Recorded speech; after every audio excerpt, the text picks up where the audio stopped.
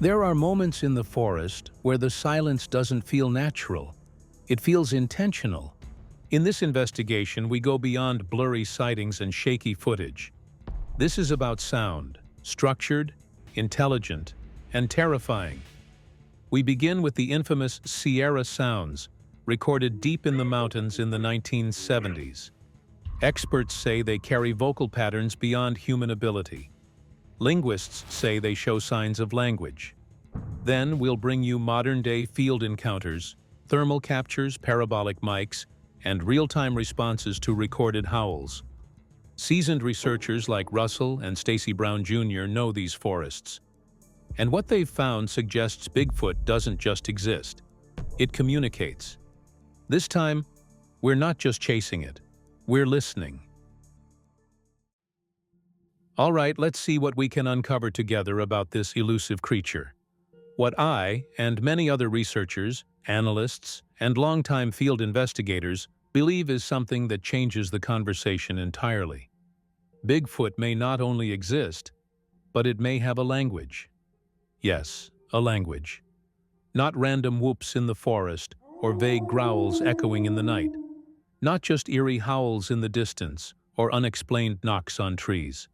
We're talking about something far more structured, a complex system of communication, a real language. And I'm about to show you compelling evidence that points exactly to that.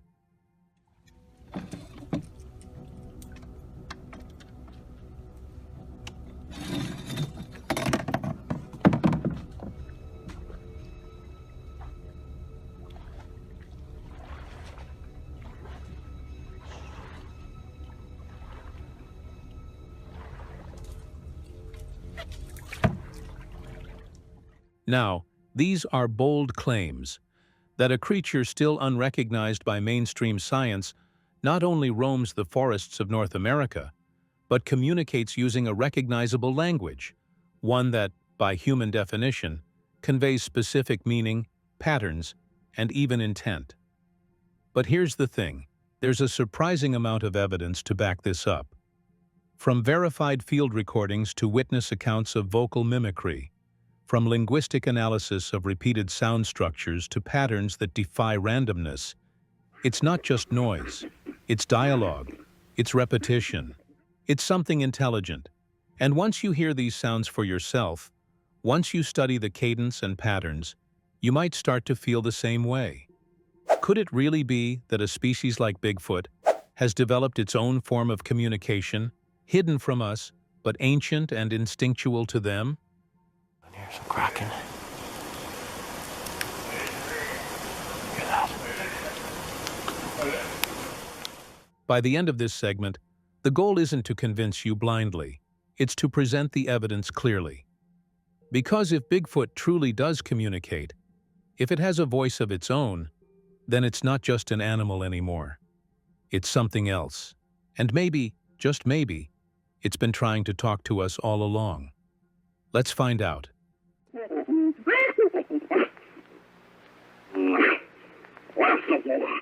Let me be clear about what we're focusing on in this segment. I won't be diving into the footprints, those with anatomical features that, according to multiple experts, would be nearly impossible to fake. I also won't be discussing the hair samples that have been examined independently and show clear signs of primate origin, yet don't match any known species on Earth.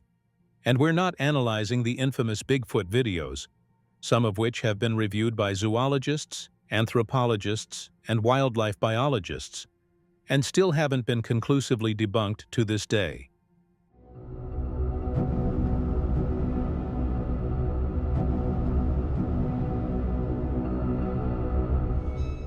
Those topics have already been explored in depth in previous investigations.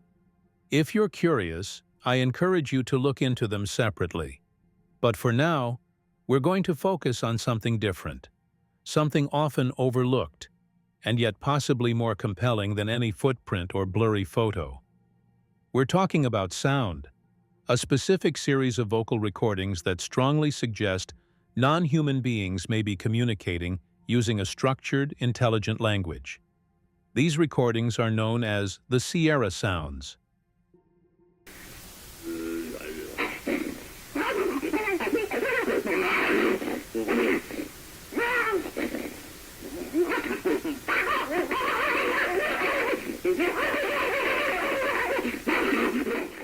Now, let's talk a bit about the origin of these recordings, because to understand their significance, we need to understand where they came from and who captured them. The Sierra Sounds were recorded during the early to mid-1970s by two men, Ron Moorhead, an adventurer and Bigfoot researcher, and Al Berry, an investigative journalist with a master's in science.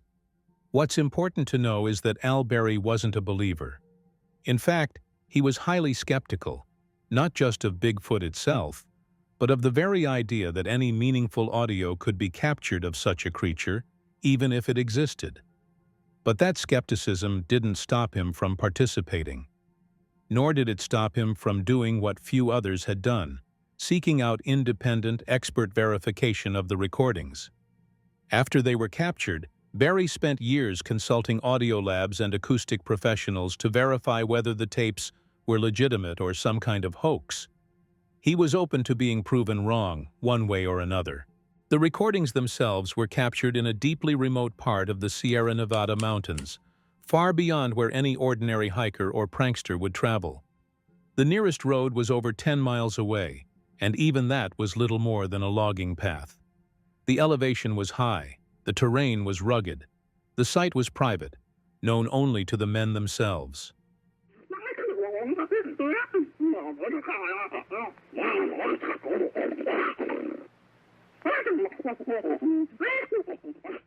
The encounters weren't random. Over time, the team began leaving food offerings, primitive gifting methods designed to encourage return visits. And it worked.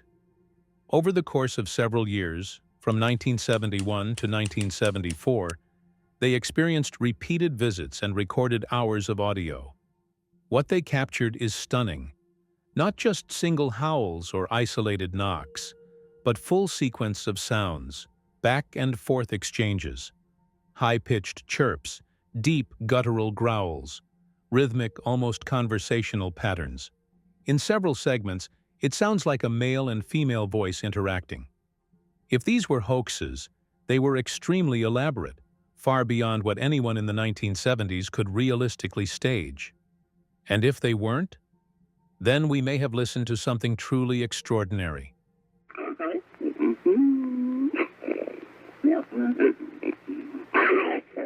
There are intimidation displays, noises that are obviously aggressive, perhaps trying to warn off the men in the campsite.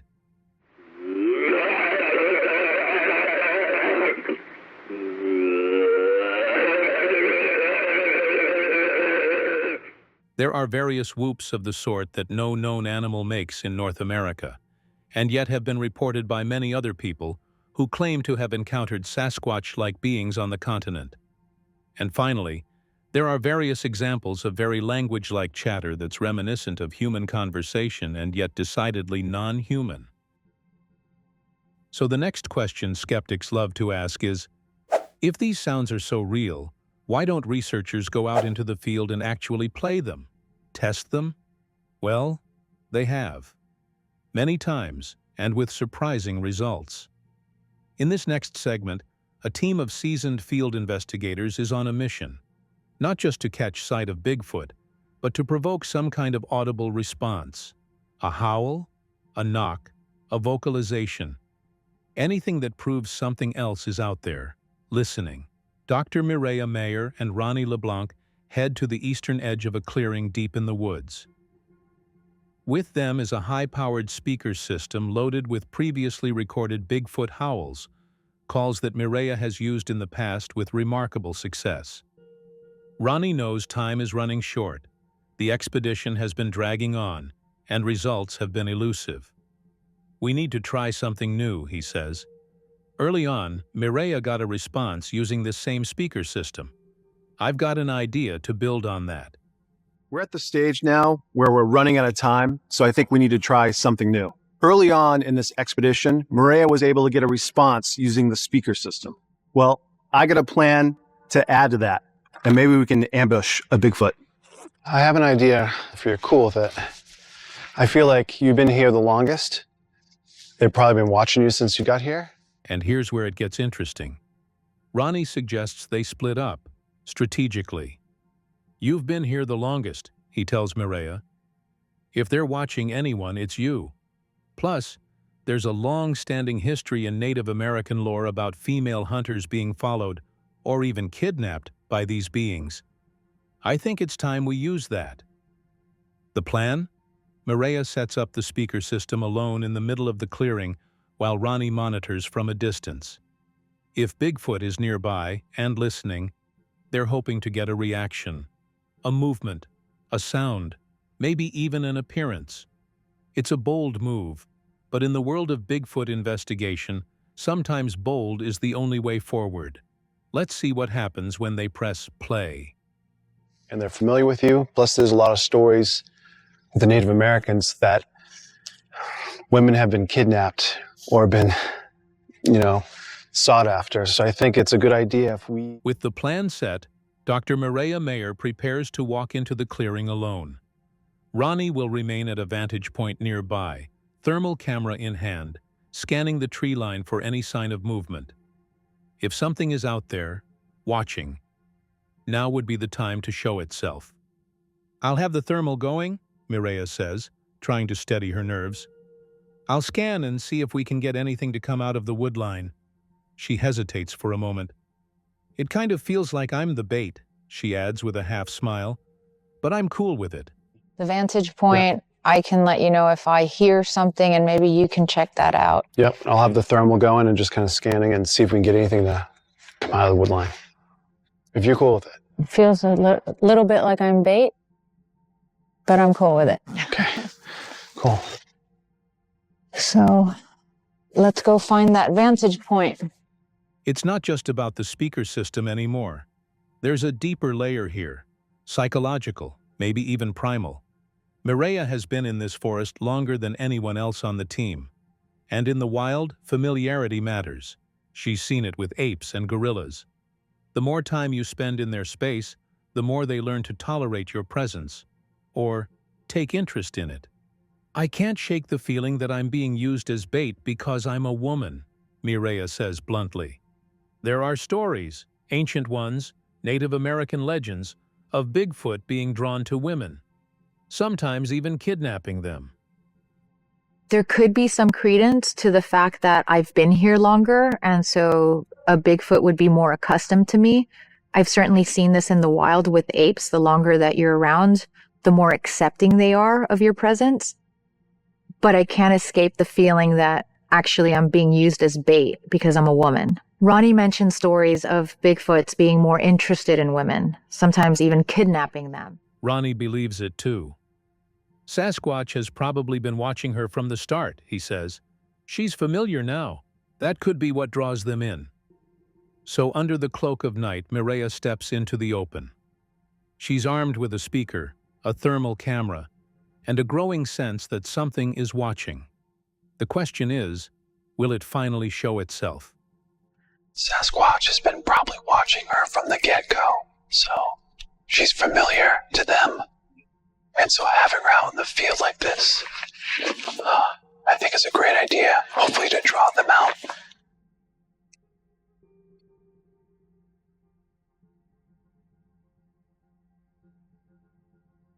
Back at the command center, Bryce is locked into the new surveillance feed, eyes scanning the northwest section of the clearing via a state-of-the-art camera system. "This thing is amazing," he says, watching the real-time thermal and visual outputs. "The team's prepping for night operations, so not much activity yet, but I'm keeping a close eye." A new surveillance camera system. This thing is amazing. I think the team must be getting ready for their night investigation, so there's not much to report, but... Meanwhile, at the eastern edge of the clearing, Dr. Mireya Mayer and Ronnie LeBlanc have settled into position. Mireya and Ronnie are now in position at the eastern edge of the clearing. At the opposite end, Russell has also chosen his spot for tonight's stakeout. Across the expanse, Russell is staking out the opposite end. His gear is dialed in. The thermal scope is up and calibrated. Visibility is low due to fog, but Russell knows exactly what he's doing. "There we go," he mutters, adjusting the scope. "As I scan left to right, It'll pick up anything throwing a heat trace. Doesn't matter if there's fog. This tech cuts right through it. I can see close to 1,000 yards out.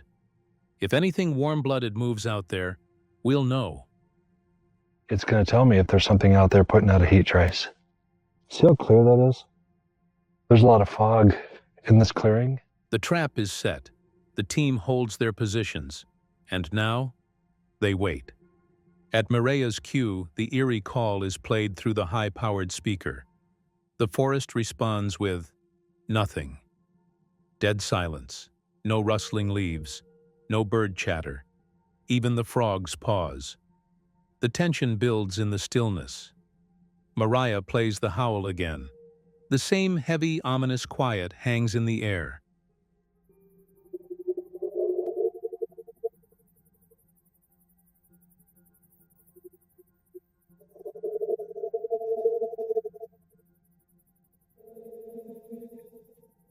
This is part of Bigfooting, Ronnie whispers. It's a game of patience. If you break early, if you get distracted, you miss your moment. And then, movement. The forest actually just went silent. Bigfooting is a game of patience. If you don't put in the time. Mireya hears it first. A rustle, a distant shift, something just outside their field of view. Ronnie scans quickly, then freezes. A thermal hit. A clear, distinct heat signature appears on the screen. Something is there. Watching, moving. But before they can lock it in, it's gone. It vanished into the brush, Ronnie says, wide-eyed. But it was there, no question. They decided to regroup under the cover of night. The plan had almost worked. Something was drawn to the call, something intelligent enough to watch, but careful enough to stay hidden. Now the team knows this strategy has potential, and whatever's out there, it's listening. Ronnie, to Mireya. Hey, Ronnie, I hear you. To your right.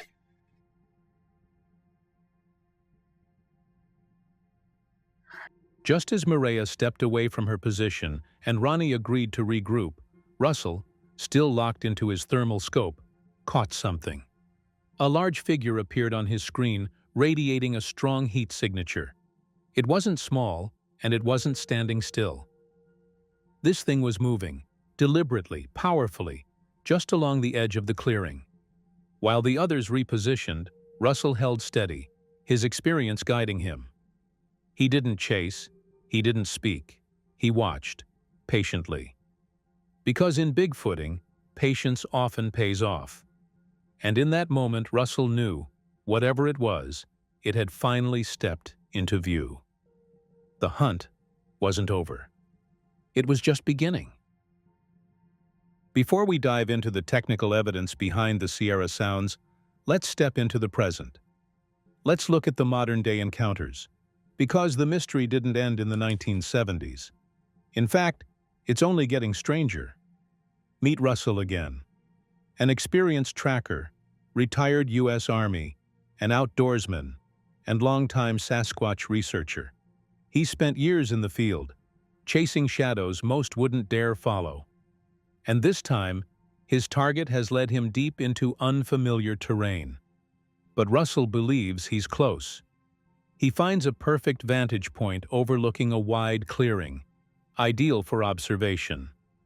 With his thermal camera locked in and a parabolic microphone ready to pick up even the faintest sounds, he begins to scan the environment. At first, nothing seems out of the ordinary, just trees, wind, silence. But Russell senses something.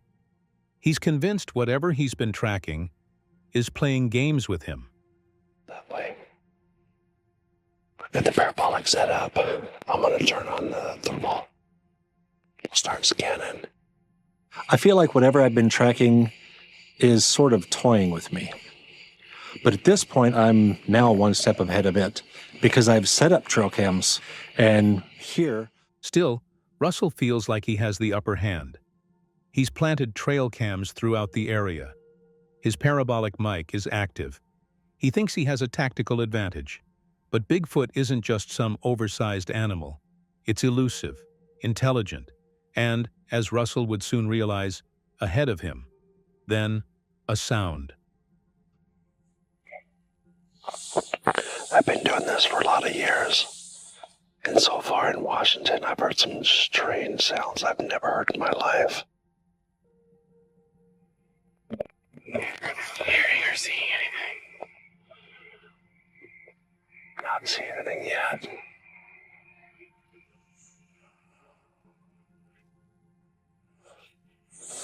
There's something moving out there. Through the mic, he hears it. At first, it's faint. Movement. Something shifting in the brush. But when he checks the thermal screen, nothing. No deer, no bear, no hiker. Just that sound. Moments later, something appears. A figure. Vague. Heated. There. Then gone. The creature isn't making the noise recklessly. It's calculated. Look at that. Hey. I see it. Watch.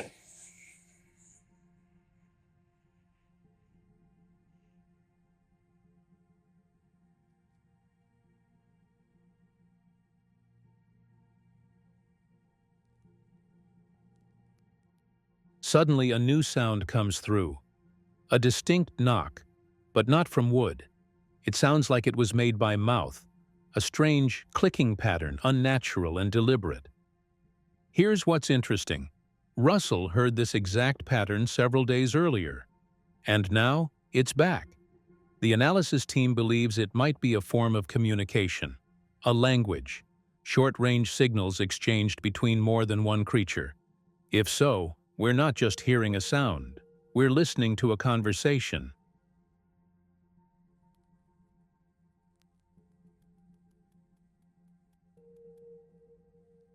Are you hearing that? I heard something.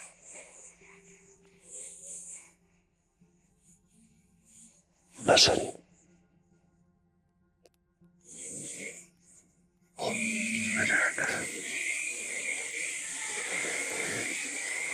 Holy crap. Then, silence. The clicking stops. The footsteps grow faint. Whatever it was, it's leaving. Russell stares into the darkness, knowing he's just missed it again. But he's not discouraged, because this time, he caught something. And the sounds? They weren't just random. They had purpose. They had rhythm. They had intelligence. Right out in that direction. I heard it.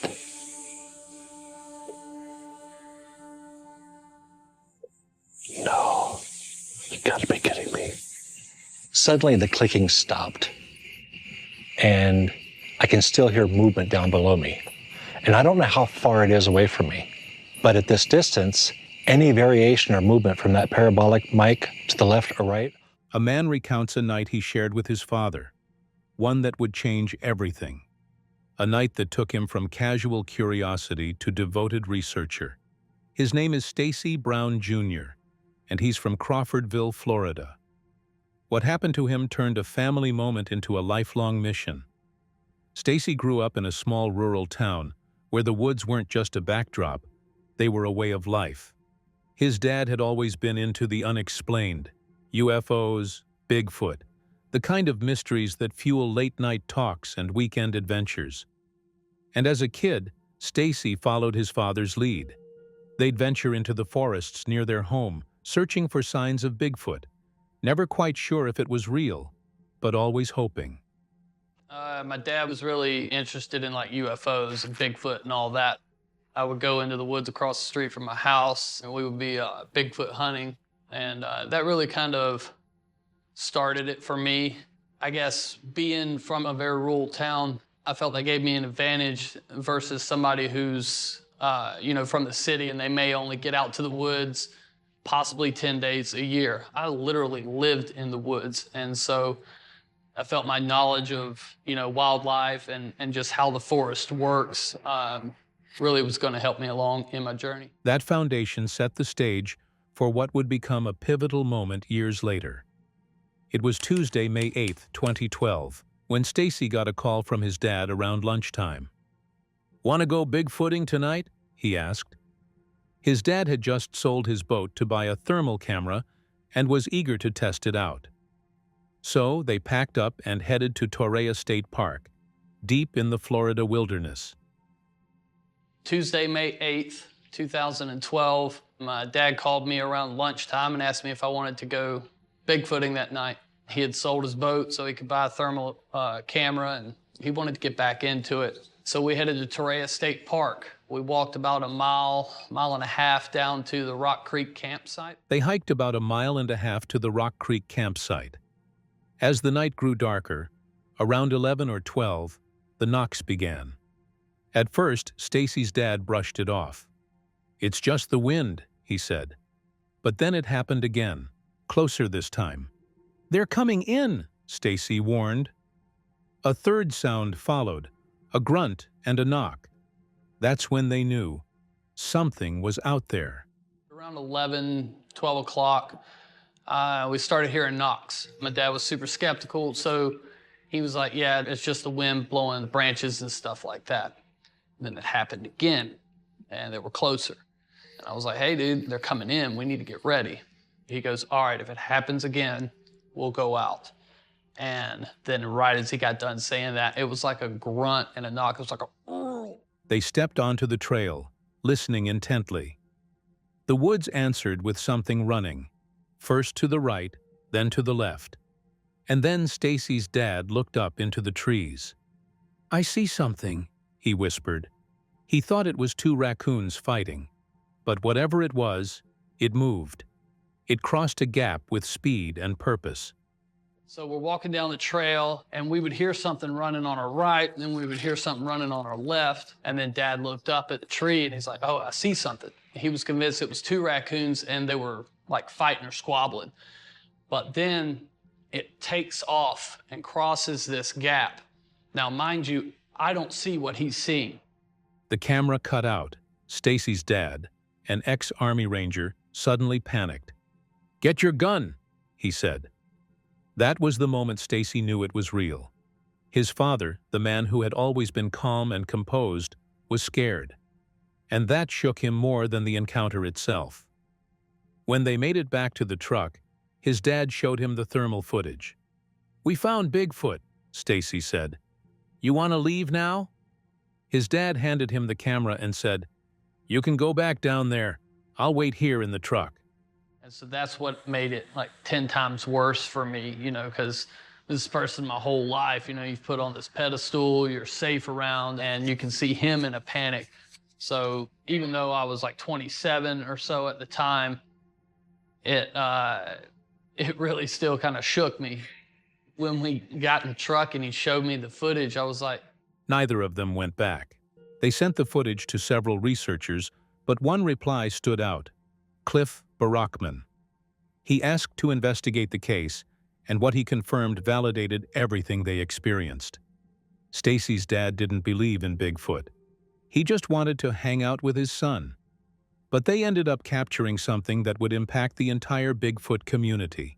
His father has since passed away. But for Stacy, that night was like winning the Super Bowl with your best friend. No matter what anyone else believes, that footage, that moment, was everything. For them, Bigfoot wasn't a myth anymore. It was real.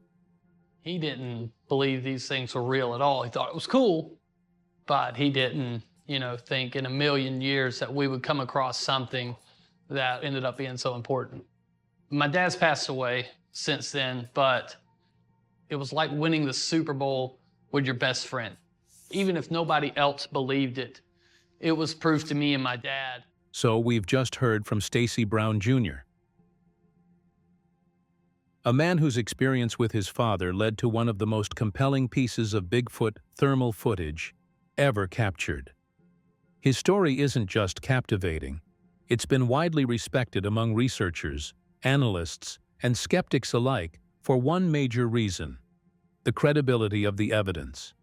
The footage has stood up to scrutiny. It wasn't faked.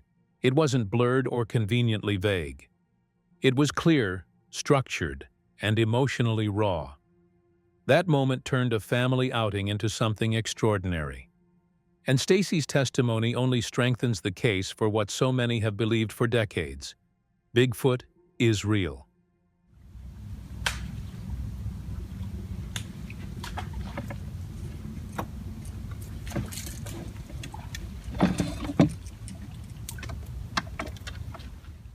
But Stacy's encounter is far from the only one.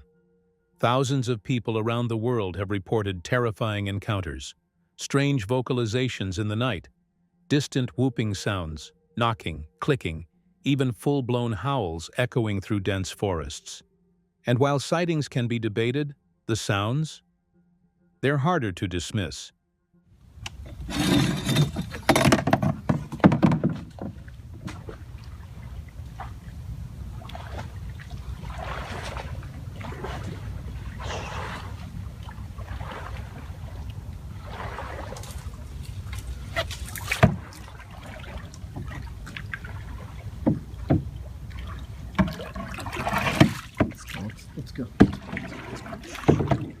They leave behind recordings, patterns, and consistency across time and regions. That's why the next part of our investigation dives deeper, not just into the stories, but into the audio, into the raw sounds captured by mics in remote woods. Because if we truly want to understand what's out there, we have to listen carefully. Let's move on. Experts weigh in on the Sierra Sounds. So it's time we address the question that always comes up. How do we know the Sierra Sounds are real? Let's begin with the facts. First, the recordings have undergone rigorous expert authentication. Dr. R. Lynn Curlin, an electrical engineer and audio analyst from the University of Wyoming, dedicated an entire year to analyzing the Sierra Sounds. He studied the frequencies, amplitudes, and rhythms of the recordings in depth. His conclusion? The vocalizations were produced by a creature with a vocal range significantly larger than that of a human, and were not fabricated. One detail that stood out to Dr. Curlin was the vocal tract length. It was far longer than that of any known human, suggesting a creature well over 7 feet tall. Dr. Curlin has explained that certain elements of the Sierra Sounds, like the vocal tract length, which is very unique in that it's much longer than the vocal tract length of an average human, can indicate to us with surprising accuracy the size and height of the creature that made the sound. With that in mind, Dr. Curlin estimates, based on the details that he has analyzed in the Sierra Sounds, that at least one of the creatures that made the sounds was between 7 and 8 feet tall. Then there's Psionic Research Incorporated, a respected audio analysis firm based in New York. This same group famously analyzed President Nixon's Watergate tapes. They examined the Sierra Sounds for any signs of tampering, specifically the presence of a 60-cycle hum that often indicates studio fakery. But it wasn't there. Their sound engineers reported that the voices were too powerful to be human. The president of the firm even stated that the vocalizations had occurred at the time of the original recordings, were spontaneous, and were too powerful to have been human-made. Almost imperceptible to the human ear, and yet with specialized equipment, very perceptible. This hum, if present, would have indicated studio pre-recording of the sounds, and therefore would have indicated fakery, based on various specific details of the audio waveforms.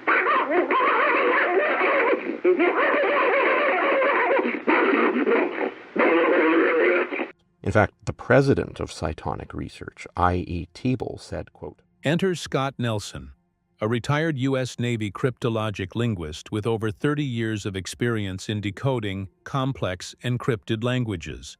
He's fluent in Russian, Persian, and Spanish, and taught at the Defense Language Institute. When Nelson first encountered the Sierra Sounds on Ron Moorhead's website, he immediately recognized linguistic structures. He heard syntax, repeated phonemes, and patterns, clear signs of intelligent language. After years of study and hearing the original tapes, he concluded, this is a structured, non-human language, and it doesn't stop there. Nelson immediately recognized linguistic structures. He says he noticed syntax, phonemes, which is a fancy way of saying recognizable and repeated words, and morphologic consistency within the vocalizations. After years of study and getting in touch with Ron Moorhead to listen to the original recordings and repeatable phonemes, this is not random gibberish. Another expert who's independently analyzed the Sierra sounds and come forward with a statement in favor of their authenticity. Another expert, Nancy Logan, has no interest in proving the authenticity of the Sierra sounds. A human speech expert with no ties to the Bigfoot community independently analyzed the recordings and came to a striking conclusion. She stated, "I challenge anyone to make those exact same noises with the same speed and pronunciation. I still believe it's a language." She wasn't connected to Ron Moorhead, Al Berry, or any cryptozoology groups. She studied the tapes out of personal interest, and what she found defied any conventional explanation. Every one of these experts, from linguists to audio engineers, agrees on one thing. These sounds are not just curious background noise. They carry structure, they carry power, they carry intent. The vocal range exceeds human capacity. The lung power required is massive. The sounds aren't consistent with known animals or any person. Yet, despite all this, skeptics still claim the Sierra sounds are nothing more than humans making silly noises in the woods. But maybe, just maybe, they haven't been listening closely enough. Because those who have, they're not laughing, they're listening, and they're beginning to believe. Have you ever filmed something so ordinary, only to find, hidden in a single frame, something extraordinary? That's exactly what happened when two creators filmed a backyard survival challenge. On playback, viewers noticed something strange. A dark figure standing upright, obscured by trees. It wasn't addressed in the video, but there it was, tall, broad, rigidly still. Not a crew member, not a prop. Watch yourself. Oh, no, this can't be, this can't be. No, this guy's gotta be wrong, he's gotta be wrong. That's right where we are. The freeze frame spread fast. Users started speculating. Was it a person, a suit, or something else entirely? The silhouette didn't match human proportions. Shoulders too wide, head too forward, and the way it blended into the brush, unnatural. The creators took it seriously. What started as a game turned into an investigation. They returned to the spot with cameras, thermal imaging, and casting material. The original tree line wasn't far from the house, but once you stepped past the lawn, the landscape changed quickly. Dense thickets, narrow game trails, quiet, but not empty. Watch yourself. Logan, if that's not Bigfoot, I don't know what that is, okay? And that was taken literally 50 yards from this house. Now, I triangulated the forest behind us, and if you check it out on the Bigfoot map forum, there is a lot of sightings here. There's even newspaper articles about Bigfoot being seen in this area. That's when they found the first track. Pressed deep into the soil, wide, with splayed toes, no shoe pattern. Whatever left it had weight. And it wasn't alone. Another track was found 6 feet ahead. Same shape, same size. The stride was massive. They followed it, slowly, carefully. Branches above shoulder level were broken, not crushed by wind, snapped. Bark scraped off from mid-tree height. A heavy passage, intentional movement. One of the team spotted a hair sample tangled in a split branch, nearly 7 feet up, coarse, gray-brown, root attached. They sealed it in a collection tube. Watch yourself. It's feeding time. What? Yo, there's like water in there too. Look at that. There's like scratch marks all along this log. What are those? I don't know. Logan is heading across now and try and find a path over this massive ditch. No wildlife approached the area. Even when they left fruit as bait, it remained untouched. But something was moving parallel to them. Out of sight, but not out of range. On thermal, there was a flicker. Something warm, crouched low. It moved between 2 trees and disappeared. Not a deer, not a raccoon, and too fast for any known animal that size. Further in, they discovered claw marks on a fallen log. Fresh, 4 deep grooves, too spaced apart for any local carnivore. The bark hadn't aged yet. Whatever made it was here recently. Close. Watch yourself. Okay, so Jake's taking the long way around. I found a path that connects us to the river. But since I've been here alone, I've been hearing a lot of weird things in the woods. I don't think it's Bigfoot, guys. In my opinion, I think Jake's just done a little bit too much research and, he's acting a little crazy. But that's just between you and me. As darkness fell, the environment shifted. The insects stopped. A heavy rustle echoed from behind. Then, a rock fell. Not rolled, dropped. A tree cracked somewhere uphill. Nothing vocal, but enough to know something was watching. Not charging, not fleeing, just present. They stopped at the edge of a ravine. Visibility dropped to 0. It wasn't fear that turned them around, it was instinct. Too many unknowns, and something didn't want to be seen. Watch yourself. Hairy-looking monster roaming at night. The picture that I took from our last video definitely concerned me, but I still wasn't sure for myself, so we had to push forward, putting all that behind us. The next morning, they returned. The casts had set. What came out of the ground showed clear impressions. 5 toes, mid-tarsal break, no arch. One was 16 inches long. The weight distribution was off-center, like a creature used to walking uneven terrain. The hair was sent for analysis. No confirmed match, but it didn't align with deer, bear, or canine samples from the region. It remains unidentified. No one was attacked. No structures were found. But what they experienced wasn't entertainment. It was something quietly disturbing. Just far enough outside normal to leave doubt. Just close enough to leave no comfort. Watch yourself. That's a pretty big foot. Yeah, we'll be able to get a better imprint of what it looks like once we pull this out, but we're gonna need to let it harden. Now we just gotta wait 30 minutes for that to set, and then we can pull it out. I'm not feeling this. Freak it. I keep hearing things. Yeah. Yo, and I know I saw something on that footage, man. What do you think they captured? A coincidence shaped by branches and shadow, or a brief accidental glimpse into something watching from the woods? Drop your thoughts below. Have you ever filmed something and only noticed the strange part later? The cold air hung heavy in Provo Canyon that December day, the kind of quiet that blankets the forest just before dusk. A lone hiker, wandering off the beaten path, unknowingly stepped into a moment that would soon stir debate across cryptid communities. The camera captured something, a shape, moving just beyond the trees. The video, posted by Camper Mountain, a small channel with just over 40 subscribers, claimed a striking discovery.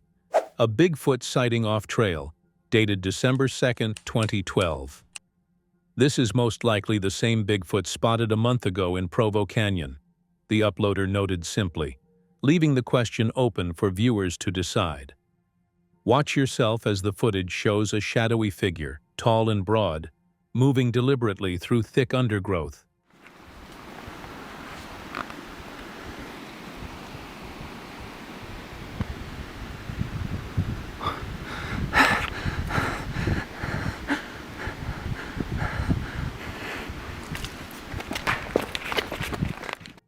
The figure's gait is heavy, measured, almost purposeful. The canopy filters scarce light, making every movement tense and uncertain. Provo Canyon has long been a hotspot for cryptid enthusiasts, with previous reports sparking interest and skepticism in equal measure. The forest here, dense and steep, offers both cover and challenge to those who claim to have encountered the elusive creature. The consistency of sightings over time adds weight. Could this be the same creature returning to familiar grounds? Critics argue the figure could be a hiker or an animal caught at a distance, blurred by the low resolution and difficult terrain. Yet believers point to the slow, almost unnatural movement, too deliberate for a deer, too large for a human moving casually off-trail. The lingering question, what was it doing there? So close, yet so elusive. The silence of the forest is broken only by the rustling leaves. as if the woods themselves hold their breath. No sudden chase, no confrontations, just a brief glimpse that leaves more questions than answers. The mystery of Provo Canyon persists, the legend growing with every new sighting. No roar, no direct encounter, only the unsettling feeling that something watches from just beyond the frame. What do you see in this shadow? Could it be proof that the legend walks these mountains still? Or is it something else entirely? The night was supposed to be peaceful, Christmas 2014 in northern Minnesota, but peace gave way to something far more primal. A shadow moved around the house and yard, a figure too large, too deliberate to be dismissed. The family's dog, alerted by the presence, charged into the dark, barking wildly, only to retreat in fear and confusion. The camera captures it all, blurred, grainy, but unmistakable. A towering silhouette, thick with hair, pacing slowly just beyond the porch light. The tension is palpable, the kind that tightens the chest and makes every breath shallow. The family watches from inside, frozen between fear and fascination. Watch yourself as the figure steps into view, the dog's frantic barking echoing into the night. Oh my God. No way. That can't be. What the hell? Oh my God, are you getting this? I think so. Oh my God, a voice whispers, disbelief heavy in the air. Did you see that? Someone's mind is around. The figure moves with an eerie calm, its presence commanding the cold night. The dog's chase ends quickly. It runs back inside, tail tucked, whimpering, a clear warning that this is no ordinary intruder. The family's unease grows, their eyes glued to the fading figure disappearing into the woods. Voices tremble as they murmur, "It's really big. No way. I can't believe it." The unseen creature is more than a story now. It is real, standing just outside their door. The woods seem to close in around the house, the silence after the figure's retreat almost heavier than the moments before. Watch yourself as the family debates whether to investigate, but fear wins out. We're real scared of them. Ref! You stay here, Ref! You stay here! The dog remains alert, ears perked, growling at shadows. Footsteps crunch in the snow, too heavy and slow to be human. The atmosphere thickens, each sound amplified in the frigid air. There is no chase, no roar, only the steady, chilling sensation of being watched. The family's voices drop to hushed tones, sharing stories and nervous laughter, trying to mask the fear creeping into their bones.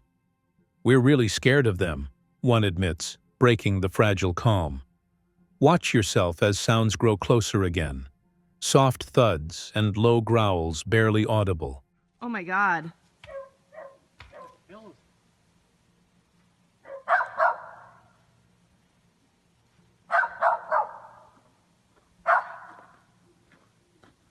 Oh my God. We better get back inside, guys. Yeah. The dog, now reluctant, stays near the door, refusing to venture outside again. The family finally decides to retreat indoors, locking doors, windows, hearts pounding with the weight of an unseen visitor. This encounter leaves no dramatic chase or loud confrontation, just a silent giant's presence felt in the snow-laden woods of Minnesota on a cold Christmas night. The family's unease lingers, their normal holiday forever shadowed by the creature's quiet visit. What haunts the northern forests on silent winter nights? Was this a one-time visitor, or does the legend walk alongside them still, unseen but never far? The answers remain buried beneath the snow and whispers of a Christmas unlike any other. Mississippi. Late October 2013. The air is damp, the ground soft, covered in old leaves and patches of standing water. Just outside of Tunica, about 9 miles east, A man named Josh Highcliffe walks through the swampy woods. His camera is running. Watch yourself.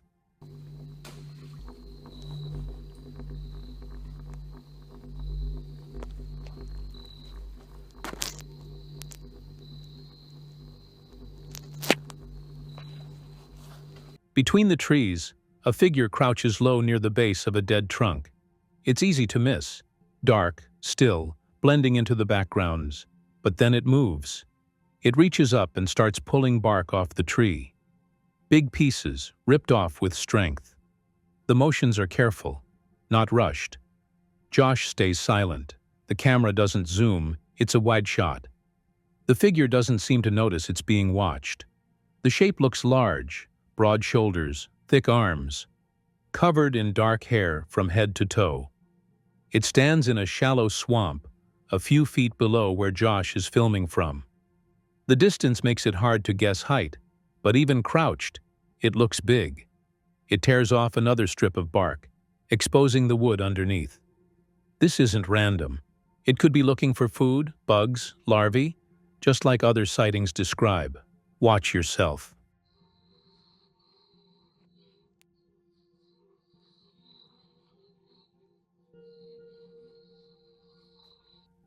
Then it rises.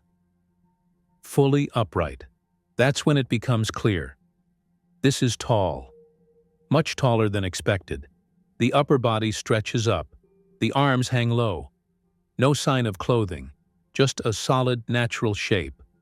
Josh reacts fast. The clip ends as he turns and runs. No shouts. No chase. Just fear and silence. Watch yourself.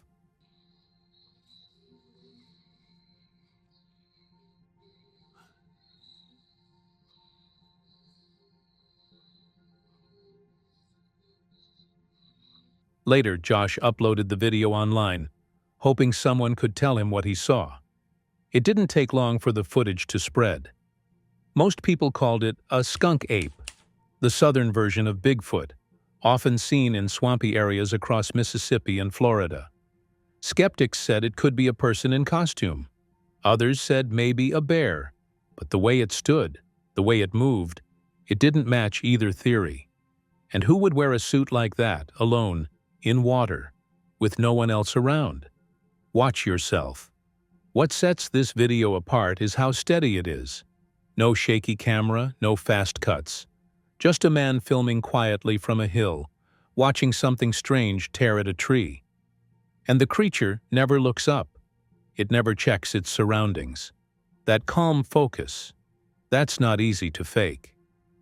The skunk ape has been part of Mississippi folklore for generations, described as large, hairy, and swamp-dwelling. Stories date back to the early 20th century. This clip, from 2013, might be one of the clearest on record. Josh never went back to the spot. No footprints were collected. No second sighting followed. Just 20 seconds of footage. And the feeling that something unknown was out there. No answers. No roar. Just one long look at a creature that shouldn't exist, but might. There's a different kind of fear when you're alone in the wilderness. No crew, no backup. Just your raw instincts and a growing sense that something is watching. This video doesn't feature dramatic screams or shaky night vision shots. Instead, it's something beyond that. The slow-building dread of a lone investigator navigating a forest known for Sasquatch activity, armed with little more than a camera, his voice, and local legends. Okay guys, I'm getting out of here. I feel silly losing my nerve so quickly, but I heard a grunt, a deep, loud grunt in the forest over there a couple minutes ago, and then the sound of a tree twisting, like the wood fibers breaking. I'm not making this up, I'm serious. I heard those two things. It's a calm night. It wasn't just the wind twisting the tree. There's something out there. As the man steps into the woods just beyond his cottage, everything seems calm, a little too calm. The forest is dense, wet, and silent, but as he moves through a ditch into the tree line, he suddenly stops. A low grunt rumbles through the air, deep and unnatural, followed by the sharp, clear sound of a tree twisting and cracking. He spins around on his heel, his nerves instantly on edge. Even though he sounds embarrassed to have lost his calm so fast, you can hear the uncertainty in his voice. He knew what he heard, and it wasn't the wind. "There's something out there," he whispers, retreating.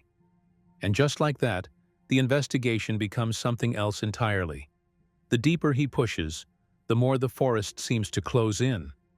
He finds 2 large trees snapped in half, healthy trees with no sign of rot, not fallen by nature, but broken, twisted.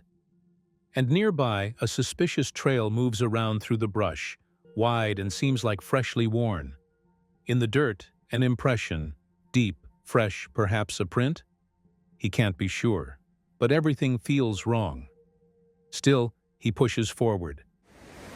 And the terrain isn't getting any easier. I think the path is more or less petered out.